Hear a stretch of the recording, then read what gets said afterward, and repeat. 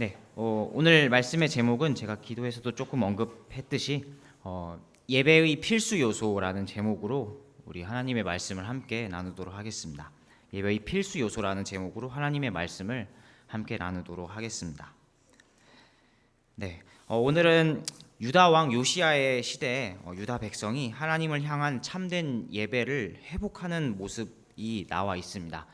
그렇게 예배를 회복하는 모습을 통해 하나님께 예배한다는 그 안에는, 그 의미 안에는 어떤 것들이 있어야 하는지 살펴보길 원합니다. 또한 이것들을 우리가 다시 한번 생각해 보면서 우리가 다시 한번 하나님께서 보시기에 더 바른 예배자요, 참된 예배자요, 더 바른 그리스도인들이 되길 원하는데요. 먼저 국어 사전에서 제가 예배라는 단어를 찾아보았는데요. 국어 사전에서는 예배라는 단어를 그 신이나 부처와 같은 초월적 존재 앞에 경배하는 의식이라고 합니다. 안타깝게도 하나님이 빠져 있는데요. 이처럼 예배라는 단어 안에는 어떤 신과 같은 존재 앞에 경배한다, 즉 엎드린다라는 의미가 담겨 있습니다. 우리가 경배할 대상은 이 사전에는 나오지 않았지만 오직 하나님임을 믿습니다. 하나님만이 우리가 엎드려 낮아지고 예배드려야 할 대상임을 믿습니다. 또 예배라는 말에는 하나님의 존재와 그분의 가치를 인정하는 것이라는 의미도 있다고 합니다. 그 예배를 통해서 하나님과 그분의 가치를 인정할 뿐만 아니라 그분께 영광을 올려드려야 합니다. 우리가 지금도 예배를 드리고 있는데요. 어떤 많은 사람들은 예배를 보는 것으로 오해를 합니다. 하지만 예배는 보는 것이 아니라 드리는 것입니다. 예배는 지켜보는 것이 아니라 예배에 참여하고 있는 우리가 드리는 것임을 믿습니다. 하나님께 우리가 앞서서도 찬양과 기도를 올려드렸듯이 그렇게 찬양으로 또 기도로서 영광을 올려드리는 그것이 또 예배임을 우리가 굳게 믿습니다. 그래서 우리가 예배를 통해 하나님께서 우리의 삶을 그분의 뜻으로 선하게 인도해 주신 것에 대한 감사와 찬양을 드리는 것입니다. 또 무한히 높으시고 거룩하신 하나님을 우리가 예배를 통해서 높이는 것입니다. 예배 순서 가운데 우리가 잘 알듯이 찬양, 기도, 특송, 간증이 있을 수도 있고요. 설교, 그리고 헌금, 그리고 광고까지도 모두 예배 순서에 있는데요. 이 모든 순서까지도 어떻게 보면 드리는 것입니다. 물론 보기에는 모두가 사람이 말을 하고 사람이 행하지만 이런 예배 순서의 모든 궁극적인 목적은 처음 찬양부터 끝 폐회 기도까지 모두 하나님께 드림에 있습니다. 오늘 본문의 역사적 배경은 유다와 요시야의 시대입니다. 안타깝게도 요시야의 할아버지인 므낫세 왕 때부터 이 유다 백성들은 참된 예배의 모습을 잃어버리는 것을 보게 됩니다. 므낫세 왕은 예배의 대상인 하나님을 신뢰하지 않았습니다.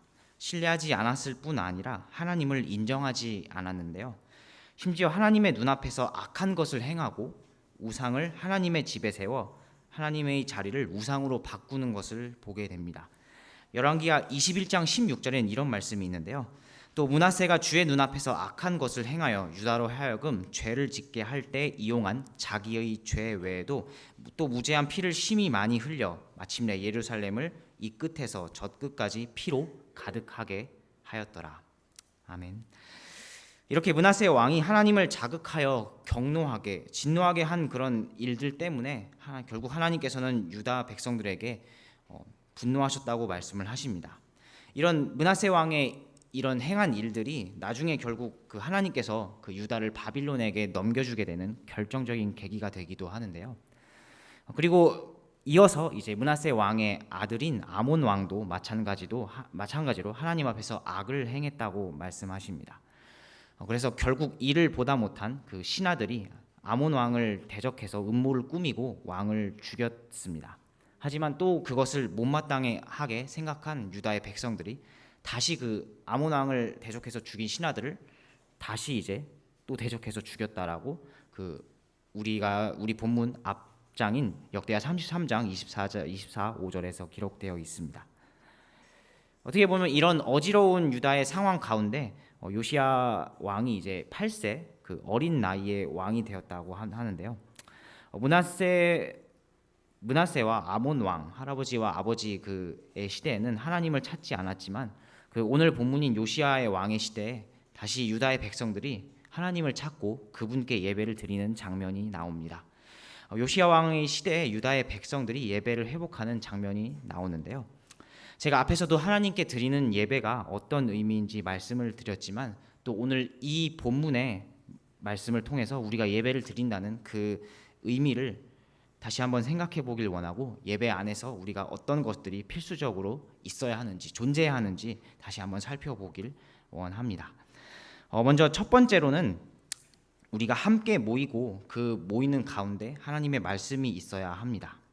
첫 번째로 우리가 예배 가운데서는 우리가 함께 모이고 그 모이는 가운데 하나님의 말씀이 있어야 한다는 것인데요. 우리 29절 30절 말씀을 다시 한번 읽어보도록 하겠습니다. 우리 29절 30절 말씀을 다시 한번 읽어보겠습니다. 시작. 그때 왕이 사람을 보내어 유다와 예루살렘의 모든 장로를 함께 모으니라. 왕이 주의 집에 올라가매 모든 유다 사람과 예루살렘 거주민들과 제사장들과 레위 사람들과 온 백성이 큰 자든 작은 자든 함께하였으며 그가 주의 집에서 발견한 언약책의 모든 말씀을 그들의 귀에 낭독하니라. 아멘. 네, 29절과 30절 말씀을 통해 유다 백성들이 함께 모였음을 알 수 있습니다. 먼저 당시에 각 지파의 대표들이라고 할 수 있는 장로들이 먼저 모이게 되는데요. 이어서 모든 유다 백성들이 왕과 함께 하나님의 집으로 올라가는 장면을 볼 수 있습니다. 또 그렇게 올라가서 하나님의 말씀을 낭독하고 듣는 그런 모습을 볼 수 있습니다. 이와 같이 우리도 함께 모여야 합니다. 유다 백성들이 모인 것처럼 우리도 함께 모여서 하나님께 예배를 드려야 합니다. 특별히 우리는 각 지역 개별 교회에서 하나님께 예배를 드리고 그분을 섬겨야 합니다. 우리가 그래서 지역 개교회의 교리를 믿고 그것을 따르고 있는데요. 우리가 독립적인 각 지역 개교회에서 믿는 성도들이 하나님 앞에 함께 모여서 예배드려야 한다는 것을 우리가 굳게 믿습니다. 저희가 이제 예전에 지금도 있긴 한데 최근에 예전에 팔았던 책 중에 예수 그리스도께서 세우신 교회라는 잭 하일스 목사님이라는 분이 지은 책이 있습니다. 거기에 보면 이제 지역 개교회 교리, 왜 독립적인 지역 개교회가 중요한지 그것에 대해서 아주 자세하고 강하게 나와 있는 것을 확인할 수 있습니다. 저도 정독해 보지는 않았지만은 이제 학교를 다닐 때 좀 속독을 했던 것을 기억을 합니다. 그래서 여러분들이 지역 교회 교리를 혹시나 좀 더 알고 싶으시다면 이 책을 참고하시면 좋을 것 같습니다. 네, 그래서 우리가 잘 아는 히브리서 10장 25절 말씀처럼 우리가 함께 모이는 것을 패하지 말고 권면해야 합니다. 특별히 우리는 한 주씩 그런 잠깐씩 보는 것이 아니라 우리가 이제 여기서 교회에서 우리 큰빛 성서 침례교회에서 소속된 성도답게 매주 정기적으로 꾸준히 모이기를 원합니다. 요즘에는 인터넷과 유튜브를 통해서 이 사람들이 여러 교회의 상황을 알고 이런 여러 교회의 설교를 듣고 또 여러 교회의 어떤 누가 목사님인지 누가 있는지 등을 인터넷이나 이런 것들을 통해 많은 정보를 알 수 있게 되었습니다. 그런데 안타깝게도 이것 때문에 어떤 많은 사람들이 한 교회에서 이렇게 꾸준히 이렇게 모이고 아까 말씀드렸다시피 모이고 정착하는 것이 아니라 어떤 사람들이 자신들의 기호에 맞게 교회를 찾아다닌다는 그런 이야기를 듣게 됩니다. 소위 말해 그래서 교회 수평 이동이 많아지고 있다는 그런 소식을 듣게 되는데요. 물론 이제 특별한 사정에 의해서 교회를 옮기는 경우는 어쩔 수 없지만 우리가 한 지역 교회에 정착해서 가능하면 꾸준히 지속적으로 모이기를 원합니다. 혹시 주변에 이렇게 교회를 마치 자신의 기호처럼 옮겨 다닐 생각을 가진 그런 분들이 있다면 그것이 아님을 꼭 권면해 주시기를 간절히 바랍니다. 교회는 우리 자신의 기호에 따라 우리의 좋고 싫음에 따라 가는 곳이 아니기 때문입니다. 교회는 그런 곳이 아니라 하나님께 예배를 드리기 위해 모이는 장소이기 때문입니다. 또 이런 인터넷과 유튜브 등 때문에 이제 아까도 이제 제가 얘기를 했지만 예배를 정말 보는 사람이 늘어나고 있다는 그런 안타까운 이야기를 또 듣게 됩니다. 예배는 보는 것이 아니라 드리는 것입니다. 다시 한번 말씀드리지만 예배는 보는 것이 아니라 드리는 것입니다. 우리가 온라인 상이 아니라 오프라인 상으로, 그러니까 정말 실제로 함께 모이는 것이 그래서 중요합니다. 우리가 이렇게 함께 눈을 마주치며 이렇게 서로를 보면서 모이는 것이 중요한데요. 우리가 함께 모여서 사도행전의 초기 그리스도인들처럼 서로 빵을 떼고 기도하며 권면하며 교제하는 것도 매우 중요합니다. 또 우리가 모여서 하나님을 잘 섬길 수 있음을, 또 우리가 그렇게 모여서 하나님을 잘 섬기게 됨을 또 이렇게 찾고, 교회에 모여서 찾고 그렇게 행할 수 있어야 되는데요. 교회가 그리스도의 몸인 것처럼 우리도 그 몸에 연합하기 위해 함께 모여야 함을 믿습니다. 함께 모이기에 힘써야 함을 믿습니다. 함께 모여서 하나님을 섬기고 그분께 영광을 돌릴 수 있게 됨을 굳게 믿습니다. 이어서 오늘 본문 30절 후반부에서는 사람들이 모여서 왕이 낭독하는 하나님의 말씀을 들었다는 것을 알 수 있습니다. 유다 백성들이 하나님의 집에 모였을 때 그냥 모이기만 하고 해산한 것이 아니라 하나님의 말씀을 들었다는 것을 알 수 있습니다. 유다 백성들이 모이는 그 안에 하나님의 말씀이 있었다는 것을 알 수 있습니다. 오늘 본문의 요시야 왕의 그 증조 할아버지 격이죠. 그러니까 므낫세 왕의 아버지인 그 히스기야 왕 그 이후로는 하나님의 말씀이 낭독되거나 그 말씀이 나오는 그런 경우가 나오는 말씀이 거의 없습니다.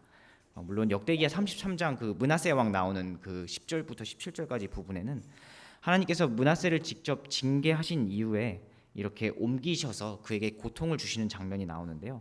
그런 가운데 므낫세 왕이 하나님께 잠시 회개하여 하나님을 찾고 하나님의 제단을 보수하였다라는 그런 내용이 있기는 하지만, 그 와중에도 오늘 본문처럼 그 하나님의 말씀인 언약책, 그런 하나님의 말씀을 직접 낭독하고 사람들이 모여서 들었다라는 말씀은 안타깝게 없습니다. 히스기야 왕 시대에서부터 이 시대까지는 약 한 6, 70년 정도가 흐른 것 같은데요. 이렇게 6, 70년의 시간 동안 하나님의 말씀이 제대로 읽히지 않고 회중 가운데 들려지지 않았습니다. 하지만 오늘 본문의 요시야 왕과 유다 백성들은 그것을 회복한 것을 보게 됩니다. 말씀의 선포와 말씀의 들음이 회복되는 것을 보게 됩니다. 그래서 우리가 예배로 모이는 가운데는 하나님의 말씀이 빠져서는 절대로 안 됩니다. 그 예배 가운데에는 하나님의 말씀이 반드시 있어야 할 줄 믿습니다.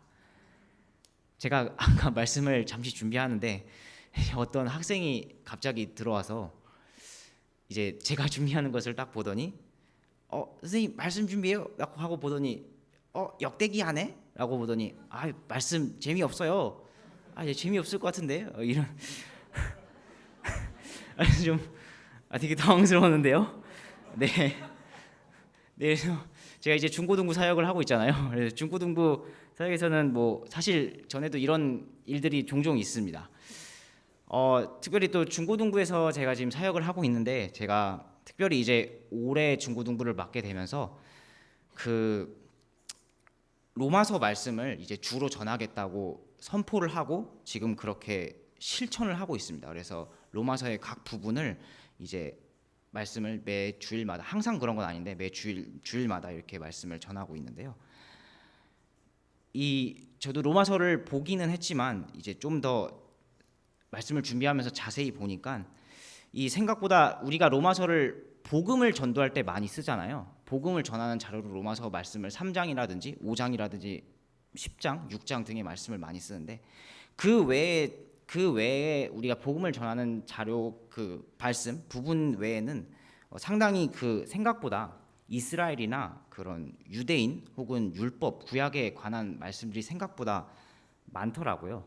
또 로마서 말씀은 사도 바울이 이 하나님의 말씀을 기록하면서 로마 교회 성도들에게 보낸 편지이지만 상당히 논증적인 것을 좀 제가 여태까지 하면서 알게 되었습니다. 상당히 이 글 자체가 논리적이고 논증적입니다. 예를 들면은 이제 모든 사람은 죄인이다라는 것을 증명하기 위해서 이방인들이 왜 죄인이고 같은 유대인들은 왜 또 죄인이고라고 해서 결국은 이 모든 사람이 죄인이다라는 이렇거나, 아니면 죄의 문제를 해결하기 위해 예수님의 십자가의 보혈과 부활을 믿음으로, 오직 믿음으로 의롭게 된다는 그런 또 문장을 증명하기 위해서 또 구약 시대 이전에 다윗도 아브라함도 믿음으로 하나님 앞에 의롭게 되었다라는 그런 말씀들을 우리가 계속해서 보게 되는데요. 이렇게 좀 다소 생각보다 좀 논증적이고 논리적인 그런 내용들을 많이 보게 되었습니다. 그래서 아까 그런 학생들이 이제 얘기했던 것처럼 사실 재미가 많이 없는 그런 경우가 많이 있는 것 같습니다. 참 재미있게 하기가 쉽지가 않더라고요. 논리적이고 농증적인 말씀을 재미있게 전하기가 쉽지가 않았습니다. 하지만 특별히 저희 학생들이 이 책을 통해서 예수 그리스도의 복음을 좀 더 제대로 알고 하나님의 크신 뜻을 제대로 알길 원합니다. 또 로마서를 통해서 하나님의 크신 사랑을 정확하게 알기를 간절히 소원합니다. 이렇게 그래서 예배 가운데서는 우리 성도들이 직접 함께 모이고 그 가운데 하나님의 말씀이 있어야 할 줄로 믿습니다. 그리고 우리가 예배의 필수 요소 두 번째로 한번 생각해 보아야 할 것은 결단과 실천입니다. 예배에 있어야 할 필수 요소 두 번째로는 결단과 실천입니다. 우리가 드리는 예배 안에는 결단과 실천이 있어야 합니다. 우리 말씀 31절 본문 말씀 31절과 32절을 함께 다시 한번 보도록 하겠습니다. 네, 31절과 32절 말씀을 함께 보겠습니다. 네, 읽겠습니다. 시작. 또 왕이 자기 처소에 서서 마음을 다하고 혼을 다하여 주를 따라 걸으며 그분의 명령과 증언과 법규를 지키고 이 책에 기록된 언약의 말씀들을 수행하기로 주 앞에서 언약을 맺고는 예루살렘과 베냐민에 있던 모든 사람들로 하여금 여기에 참여하게 하매 예루살렘의 거주민들이 하나님 곧 자기 조상들의 하나님의 언약에 따라 행하니라. 아멘. 네, 31절 그 구절 말씀 구절에는 가장 그 31절에서 가장 중요한 가장 그 중심이 되는 동사가 있습니다. 31절의 가장 중심인 동사는 그 31절 마지막에 나오는 언약을 맺었다라는 동사 단어입니다. 그러니까 언약을 맺고는이라고 기록이 되어 있죠. 그 언약이라는 말은 우리가 잘 알듯이 그런 양측의 합의하에 이루어지는 약속입니다. 그러니까 약속이라고 거의 보시면 되는데요. 결국 이제 하나님과 약속을 맺었다는 의미입니다. 이 요시야 왕이 하나님과 약속을 맺고 유다 백성들도 함께 그에 동참을 시켰습니다. 이 유다 백성은 하나님과 어떤 약속을 맺었나요? 31절 그 중간에 나오듯이 주를 따라 걷기로 또 하나님의 법을 지키기로 그리고 그 말씀들을 수행 즉 실천하기로 약속한 것을 확인할 수 있습니다. 이렇게 왕과 유다 백성들이 하나님의 말씀을 듣고 반응하여 결단한 것입니다. 그렇게 결단하여 하나님과 언약을 맺은 것입니다.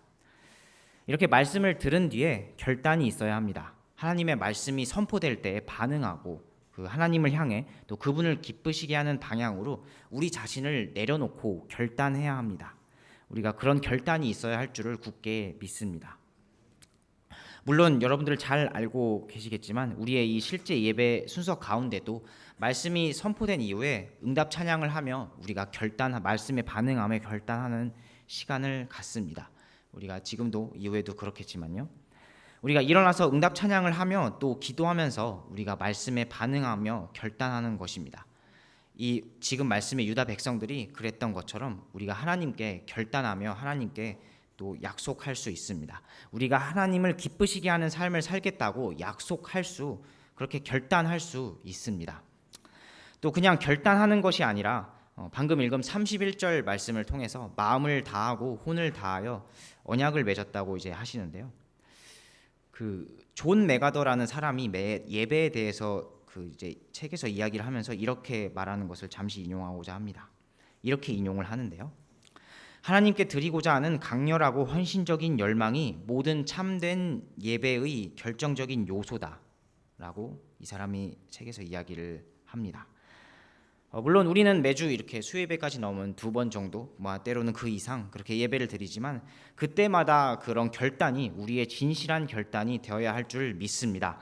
또한 하나님 앞에 결단이 강력하고 확실한 결단이 되길 원합니다. 만약에 선포된 말씀을 믿지 않는 사람들이 새로운 사람들이 듣고 그 말씀에 듣고 반응하여 결단을 한다면 그를 통해 예수님을 믿고 구원받을 수 있습니다. 그렇기 때문에 우리가 응답 찬양을 할 때 우리 자신의 결단하고 그 헌신하는 시간뿐만 아니라 구원 초청의 시간도 갖는데요. 2019년이 전도와 구령의 해인 만큼 우리 교회의 사역 속에서 계속해서 믿지 않는 사람들이 예배에 더해지고 또 예배에 초대돼서 초청 시간에 결단하여 구원받는 그런 일들이 계속 일어나기를 소원합니다. 혹시 이 중에 이제 특별히 이제 어린 친구들 중에는 말씀 끝나고 빨리 집에 갔으면 좋겠는데 왜 찬양을 또 하지? 왜 자꾸 찬양 중간에 또 기도하면서 막 자꾸 목사님께서 뭐라고 하시지? 라고 생각을 하셨던 혹시 그런 분들이 있다면 그 의미를 이 시간 좀 제대로 아시고 예배 가운데 가장 중요하게 꼭 필요한 시간, 이 초청과 결단의 시간임을 그것을 분명히 기억하시길 간절히 바랍니다. 그때가 이 예배 시간 중에 어떻게 보면 우리 각자가 개인적으로 그 각자가 하나님 앞에 개인적으로 나오는 거의 그 유일한 시간임을 기억하길 바랍니다. 또한 그렇게 우리가 말씀에 반응해 결단할 때 또 어떤 친구들은 아예 나가거나 다른 것에 집중하는 친구들이 있는데요. 그렇게 하지 않기를 특별히 이제 어린 친구들에게 소원하고 바랍니다. 그만큼 이제 결단이 중요하고 그 다음에는 그에 따른 실천이 있어야 할 줄로 믿는데요. 우리 33절 우리 읽진 않았지만 33절 앞부분의 말씀을 보면 유다 백성들이 어떻게 행했는지 잘 나와 있습니다. 유다 백성들이 하나님의 말씀을 듣고 언약을 맺은 뒤에 그에 따라 행했다고 합니다. 바로 이스라엘 안에서 가증한 것을 제거하고 또 하나님을 섬기는 것을 보게 됩니다. 유다 백성들이 하나님과 언약을 맺었을 뿐 아니라 그대로 실천한 것을 볼 수 있습니다. 그 하나님과 약속을 맺는 것을 서원이라고 표현을 하기도 합니다. 그 하나님께 그래서 서원이라는 것을 하면은 그 서원을 반드시 지켜야 하는데요. 만약에 이런 서원을 지키지 않게 되면 화를 입게 될 수도 있다고 하나님께서 말씀을 하십니다. 그만큼 어떻게 보면 하나님과의 약속, 하나님과의 결단은 결코 가볍지 않다는 것입니다. 하나님과의 약속은 가볍지 않고 진중하다는 것입니다. 우리도 예배를 통해서 결단한 것을 되도록이면 지키시길 간절히 소원합니다. 우리 각자가 한 결단과 하나님의 약속을 결코 가볍게 여기지 마시길 간절히 바랍니다. 그래서 그 예배를 통해서 그 한 결단이 이 유다 백성들처럼 실천될 수 있기를 간절히 소원합니다. 그래서 우리가 이제 하나님께 드리는 그 예배 필수여서 제가 이제 크게는 두 가지로 보았는데 이제 들으셨다시피 세부적으로는 제가 얘기했던 것은 네 가지 정도인데요. 함께 모이고 그 가운데 말씀을 나누고 그리고 그 가운데 결단을 하고 약속을 하고 그것을 실천하는 그것이 바로 예배의 필수 요소입니다. 그것이 있다는 사실을 기억하시고 또 이를 통해서 우리가 예배를 통해서 하나님께 더 가까이 나오는 여러분들이 되시길 간절히 소원합니다. 마지막으로 이 말씀을 보면서 조금 제가 개인적으로 놀랐던 것을 조금 더 나누고자 하는데요. 제가 그 마지막 33절의 말씀의 끝부분 어떻게 이제 유다 백성들이 하나님을 따르는 일에서 떠나지 않았다라는 그 33절 말씀의 끝부분과 이제 지금 오늘 이 본문 말씀에서 유다 백성들이 예배를 회복했잖아요. 이 예배를 어떻게 회복을 할 수 있었는지 그 기원이나 그런 어떤 유래가 무엇인지 그 배경이 무엇인지를 생각하면서 이렇게 묵상하게 되었는데요. 그렇게 해보면서 다시 한번 말씀을 살펴보았습니다. 그런데 이제 특별히 오늘 그 본문 말씀을 보다가 제가 또 발견한 것이 있었는데요. 바로 오늘 본문 말씀의 주체가 거의 대부분 한 사람이라는 것입니다. 오늘 말씀이 있는 주어는 거의 다 한 사람이 그 주어라는 것입니다. 바로 그 주체, 바로 그 주어는 우리도 아까도 계속 얘기했지만 한 사람 요시야 왕입니다. 29절부터 33절까지의 말씀을 보면 특별히 앞부분의 주어는 계속 그 요시야 왕으로 똑같은 것을 알 수가 있습니다. 29절에는 그때의 왕이라고 하면서 시작을 하고 30절에는 또 왕이라고 시작을 하고 30절 중간에도 또 그가라고 하면서 시작을 하죠. 또 31절에는 또 왕이라고 하면서 이제 시작을 하고 32절에는 왕이 나오지 않지만 그 32절 그 중간 부분에 동사 그 참여하게 하였다는 동사의 주체가 왕임을 알 수가 있습니다. 또 마지막 구절에는 주어 자체가 그냥 요시야입니다. 바로 요시야 왕 한 사람이 오늘 본문의 전체적인 주어이자 주체입니다. 하나님을 찾지 않고 하나님을 향한 예배가 없었던 유다 백성이 예배를 회복하고 하나님을 찾을 수 있었던 것은 바로 한 사람 요시야 왕 때문이었습니다. 29절에서 요시야 왕이 장로들을 함께 모으고요. 또 30절에서 요시야 왕이 이 하나님의 집에 먼저 올라가고 또 요시야 왕이 직접 이 유다 백성들에게 말씀을 낭독하고 또 요시야 왕이 직접 먼저 언약을 맺고 또 요시야 왕이 그 언약에 백성들을 참여하게 하고 또 요시야 왕이 이제 우상들을 제거하고 또 하나님을 섬기게끔 이제 유다 백성들을 그렇게 이끄는 것을 보게 됩니다. 앞에서도 말씀드렸던 것처럼 요시야 왕은 혼란스러운 상황에서 어린 나이에 왕위에 오른 것을 알 수 있습니다.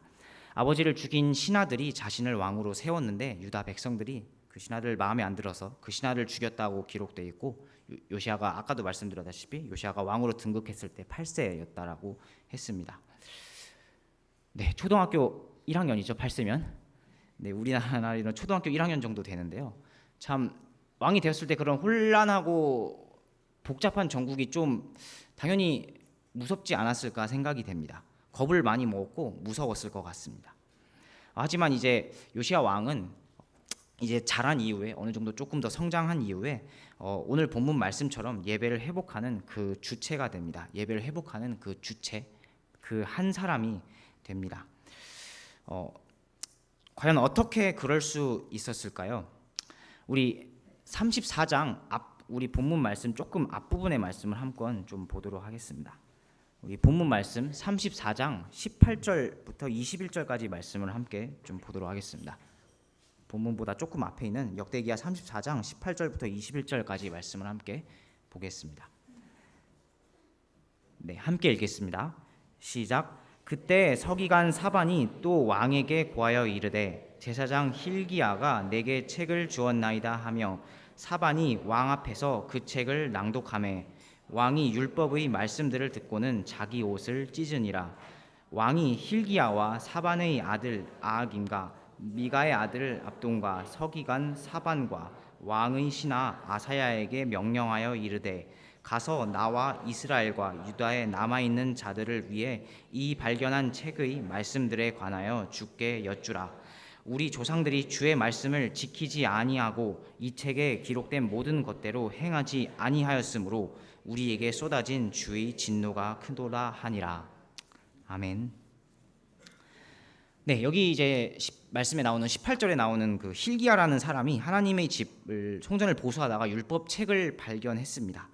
그래서 그 발견한 율법 책을 사반에게 서기관 사반이라는 사람에게 넘겨주고 그 사반이 요시야 왕 앞에서 말씀을 낭독하는 장면이 지금 이 18절부터 나오는 그 장면인데요. 우리가 읽은 이 말씀이 방금 읽은 이 말씀이 그 말씀 사반이 읽어준 그 율법 책의 말씀을 들은 요시야 왕이 그 말씀에 반응하여 회개하는 장면입니다. 요시야 왕이 말씀을 들은 뒤 자신의 옷을 찢고 자신의 조상들이 말씀을 지키고 행하지 않은 것에 대해서 말하는 것을 확인할 수 있습니다. 자신의 유다 백성들에게 쏟아진 진노가 크다고 고백하는 것을 볼 수 있습니다.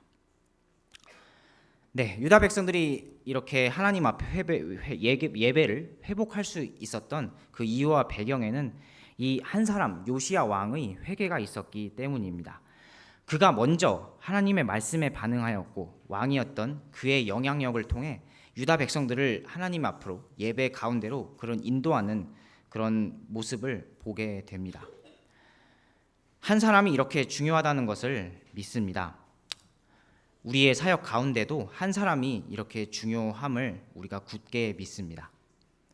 하나님께서도 우리 각자를 살피실 뿐만 아니라 한 사람이 온 천하보다 귀하다고 말씀을 하십니다. 그래서 변화는 한 사람으로부터 시작이 된다고 말씀을 하십니다.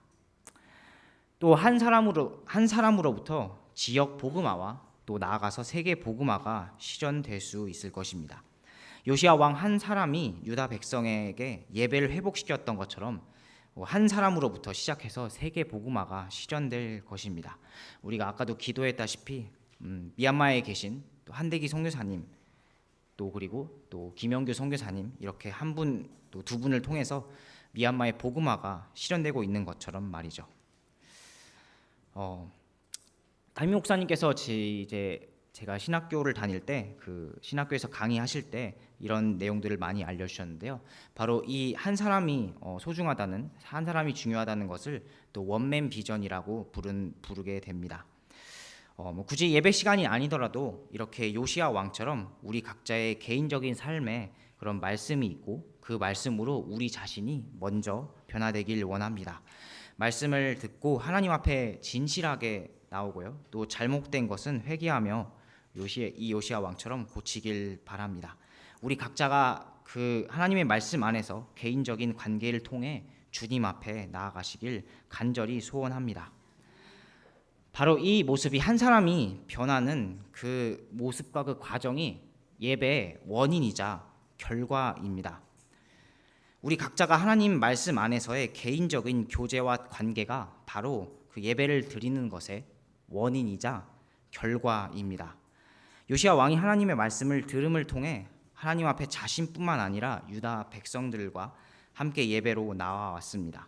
또 마찬가지로 우리가 이렇게 지금 예배를 공적으로 함께 드리는 것을 통해서 그 이후에 우리가 집으로 돌아갔을 때 나머지 우리의 개인적인 삶에서 각자가 하나님께 바르게 예배하길 소원합니다.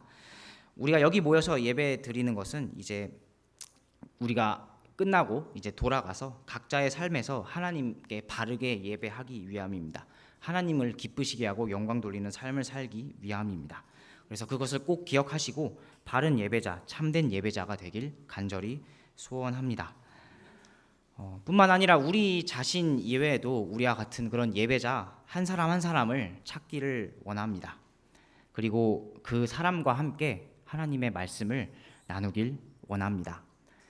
그 말씀이 어지러운 유다 왕국의 빛이요 희망이 되어서 유다 백성들이 예배를 다시 요시야 왕과 함께 예배를 회복했듯이 그 말씀을 가지고 우리 주변에 있는 한 사람 한 사람을 변화시킬 수 있기를 간절히 소원합니다.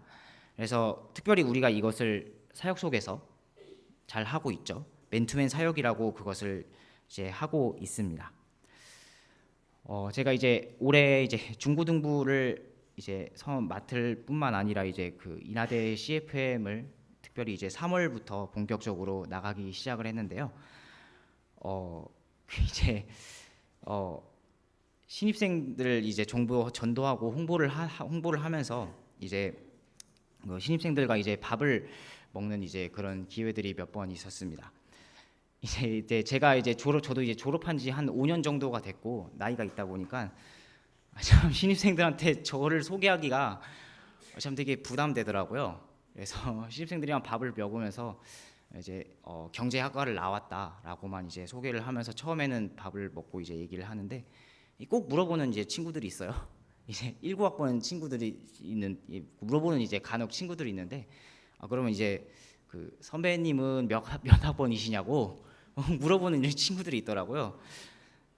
이게 참 처음 만났는데 거짓말을 할 수도 없고 그래서 이제 저는 이제 07학번 경제학과를 나왔다라고 얘기를 하면 이제 깜짝 놀라죠. 깜짝 놀라면서 갑자기 숫자를 막 숫자를 세더라고요. 12살 차이 나네 이러면서 저한테 이렇게 화석이시네요 라고 얘기를 하는 것을 이제 좀 가끔 듣게 되었는데요. 네, 졸업을 하고 화석이 돼서 인하대에 돌아갔습니다. 인하대 CFM에 고향과 같은 인하대 CFM에 돌아왔는데요. 올해 인하대 CFM 사역을 통해서 하지만 이제 한 사람 한 사람을 찾고 또 특별히 믿지 않는 친구들이 많이 초대되고 있거든요. 진짜 제가 본 친구들만 정기 모임 때가 아니더라도 제가 본 친구들만 거의 한 20명 가까이 되는 것 같아요. 제가 지금 이번 주에 없었음에도 불구하고 한 15명에서 20명 정도는 된 거 이제 동아리방에 찾아오고 그런 것들을 보게 되는 것 같습니다. 그런 것들을 통해서 이 친구들 중에 한 사람 한 사람 하나님의 말씀을 저도 찾고 하나님의 말씀을 가르칠 사람을 찾고 하나님의 말씀을 전할 사람을 찾기를 원합니다. 특별히 이제 또 감사한 것은 또 그런 어떤 가능성이 몇몇 친구들에게는 벌써 그런 가능성이 맨투맨을 할 수 있는 그런 하나님의 말씀을 가르칠 수 있는 가능성이 그래서 1학번 신입생들인데 벌써 보인다는 것에 한 두세 명 정도가 그런 가능성이 보인다는 것에 참 감사를 드립니다. 그래서 이렇게 한 사람 한 사람 우리 주변에서도 목장 사역과 맨투맨 사역을 통해서 그 우리와 함께 말씀을 가르치고 나눌 그런 한 사람 한 사람을 찾아서 그 한 사람이 이 세상을 변화시키는 그런 일들이 일어나기를 간절히 소원합니다. 그렇게 우리 자신이 참된 예배자가 될 뿐 아니라 하나님께서는 우리와 같은 한 사람 한 사람을 계속 찾아 나가고 우리가 제자를 삼기를 간절히 원하십니다. 오늘은 예배의 필수 요소라는 제목으로 말씀을 살펴보았는데요. 함께 모이는 것, 그리고 말씀을 나누는 것, 그리고 그 말씀에 반응하여 결단하는 것, 그리고 그 말씀에 나아가서 우리가 실천하는 것이라는 이 네 가지 요소를 잘 기억하길 바랍니다. 그리고 그것이 개인적인 삶에서도 적용되길 바랍니다. 그리고 내가 아닌 다른 한 사람을 또 찾으시길 바랍니다. 그래서 우리가 함께 그 예수 그리스도의 이 너무나도 값진 보혈로 세워진 우리 교회를 함께 세우며 우리가 주님 앞에 영광을 돌리는 삶을 살 수 있길 간절히 소원합니다. 네, 기도하고 제가